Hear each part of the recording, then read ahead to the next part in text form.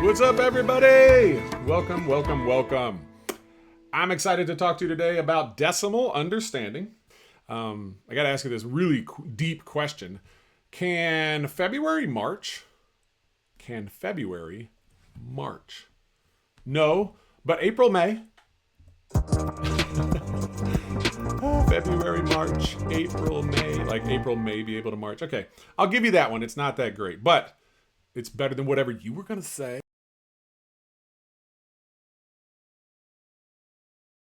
All right, so what are you going to be able to do today? You're going to be able to represent and determine equivalency between decimals and percents. Okay? Little vocab first. A decimal point. What is that? It's that little fella. Okay, so when you see whole numbers like, 27 or 18, they don't have decimals written in them. But sometimes you have something that does have a decimal, and it's that little guy right there, if you can see it on the screen. I just put some red dots on there. That's the decimal point. Okay? And it's used to separate the whole from the part. So everything over here is wholes. 17 whole pizzas. There we go with the pizzas again. 17 whole cars, 17 whole classrooms, 17 whole days, okay? Everything over here, this is really important. If you understand this, it really makes you understand fractions, decimals, and percents better. Everything over there is somewhere between 0 and 1. Okay, it's not, even though these numbers can, like 591, that seems like it's going to be bigger than 1. No, 591 is somewhere on a number line between 0 and 1. So these are all the wholes. This is part of 1. Okay, and the decimal point is the divider. If you understand that, now we got to get to a place value chart. Okay, so go back to that decimal point. It's right here. So my place value chart right there here says units. Okay. And so what I don't really like it that way, so I'm just going to say it's ones, okay? So if I have 7 here, I have 7 ones, okay? So it's just 7 total. This next place over here is tens. So if I put a 3 here, that means I have 3 tens and I have 7 ones for a total of 37, okay? And so forth and so forth. So I think you guys remember that whole side. It goes all the way and just keeps going. The next thing over would be 10,000s, and then 100,000s, and then millions, and then 10 millions, and then 100 millions, and then. But then we get to the other side over here, and these are all, like I just said, these are all going to be part of 1. Okay, and so it's the same wording as over here. All right, so you see tens, hundreds, thousands, 100,000s, except you don't have 1 over here. Why don't you have 1? Because everything over there is smaller than 1. And you'll also notice one little change in the wording. Okay, one little change in the wording, and that is every one of these has the TH on the end. Tenths. It's kind of hard to say. Hundredths. Thousandths. Okay, 10,000ths. 100,000ths. Okay, and if you could say those, because when you're thinking about a fraction, all you're saying is if I have a fraction, and it's 3 over 100. Okay, so we'd look on a place value chart and we'd say, I have 3, here's my hundreds, so I have 3 of those. And since there's nothing here, I got to fill it in with a 0. I don't have to do anything afterward, but that's kind of how a place value chart works, okay? Let's review something. What does a percent mean? It means something out of 100. If you haven't seen my percent video, go see it. So it means something out of 100 or something per 100, okay? So every percent means there's 100 on the bottom of this fraction. And if I said 11 was right here, that is equal to 11% because it's 11 out of 100. If this number on the bottom is not 100, it does not work. All fractions, decimals, and percents can be interchanged between each other. So every percent you have can be written as a fraction and a decimal. Every decimal you have can be written as a fraction and a percent, and so on and so on and so forth. Okay, so let's just make sure we know how to divide by 100. Okay, so if I have 753, because this is going to help us in a second. If I have 753 and I divide it by 100, so if I do this whole long mumbo jumbo here and I say I have 753 and I divide by 100. So our answer was 7.53. Okay, do you want to do that every time you divide by 100? I would say no. But what you noticed is all we did, 753 and the answer is 7.53.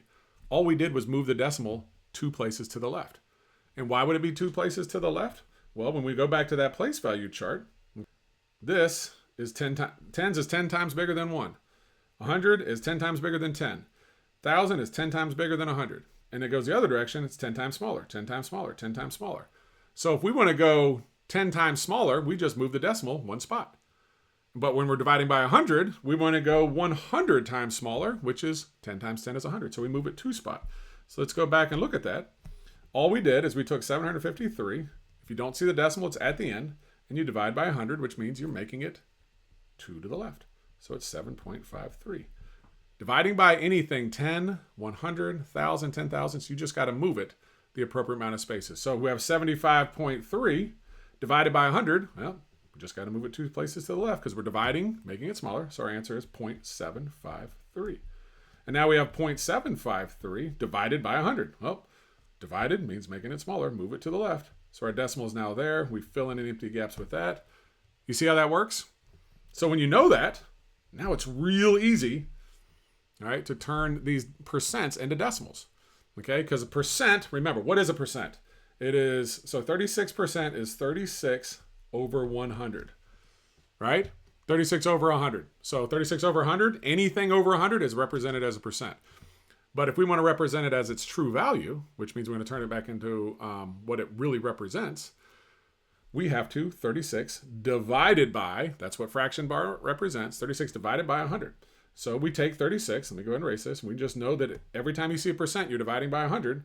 What is 36 divided by 100? Well, it's 36. Here's a decimal, divided by 100 equals 0.36. What's 82%? Well, we've got it's 82 over 100, so we're going to divide by 100, 82. Here's a decimal, divided by 100. It's 0.82. This and this represent the same thing. It's the same value. Remember, percents, decimals, they all work together. Now we got 7%.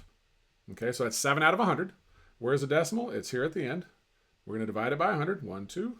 Decimal goes there. Add a 0 there. So now that equals 0.07. 125%. Where's the decimal? It's at the end. Move it 2 to the left because we're dividing by 100. So it's 1.25. 1,375%. Goodness gracious. It's still just over 100, right? So we move the decimal 2 to the left and we equal 13.75. This and this represent the same thing. This and this represent the same thing, which means they are what? They are equivalent. Okay? And if we do it that way, if we turn decimals into percents, it's just the opposite way around, right?